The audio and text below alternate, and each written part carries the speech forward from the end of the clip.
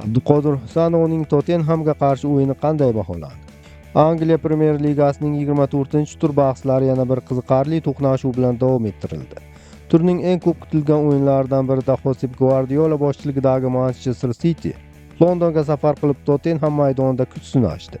Uchrashuv tengma-teng kurashlar, qattiq bosim va yuqori tempo ostida o'tdi.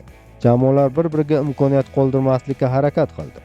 Natijada bellashuv durang bilan yakunlandi. Muxlislar uchun bu o'yindagi yana bir muhim detal O'zbekiston milliy jamoasi himoyachisi Abduqodir Husanovning ishtiroki bo'ldi.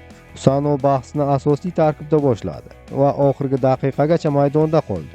Husanov himoyada ishonchli harakat qilib, jamoasining murakkab safar o'yinida barqarorlik saqlashiga hissa qo'shdi.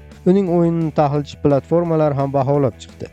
SofaScore ekspertlari 608 ball qo'ygan bo'lsa, Podmob 7.2 ball bilan yuqoriroq baholadi. FlashScore'da esa ko'rsatkich yana 608 sifatida qayd etildi. Mazkur durangdan keyin shaharliklar ochkolarini kreditaga yetkazib, turnir jadvalida 2-o'rinda qoldi. Chempionlar poygasida har bir ochko oltinga teng bo'layotgan paytda bu kabi safardagi durang ham katta ahamiyat kasb etadi. Qisqasi City uchun navbatdagi qiyin safarda muhim ochko, Husanov uchun esa to'liq 90 daqiqalik amaliyot va yana bir tajriba. Bu mavsum uning o'sishi uchun живой shkola bo'lyapti.